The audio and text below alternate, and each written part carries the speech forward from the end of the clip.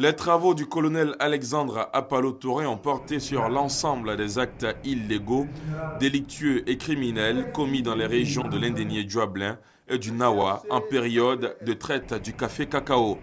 Une étude menée sur le terrain, présentée par le premier gendarme titulaire d'un doctorat en sociologie criminelle, devant les doyens de la faculté et les autorités militaires et universitaires, notamment le ministre délégué à la Défense Paul Kofi Kofi, le commandant supérieur de la gendarmerie Kouakou Gervais et l'ambassadeur de la Côte d'Ivoire au Sénégal, son Excellence Kassaraté Edouard.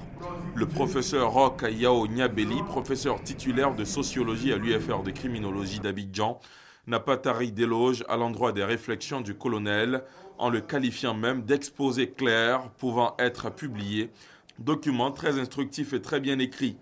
Le désormais docteur-colonel a mené une étude comparée des deux régions sur la situation de la criminalité dans cette partie du pays, du mode opératoire des trafiquants en passant par le langage utilisé par ceux-ci et les impacts de tous ordres de cette criminalité. Alexandre Apalo-Touré a proposé des solutions à l'effet de venir à bout de la gangrène. La création d'unités spécialisées dans la lutte contre la criminalité transfrontalière. Cela voudrait dire que les personnes ayant cette mission devraient avoir des formations spécifiques qui pourraient leur permettre de mieux contrôler la frontière.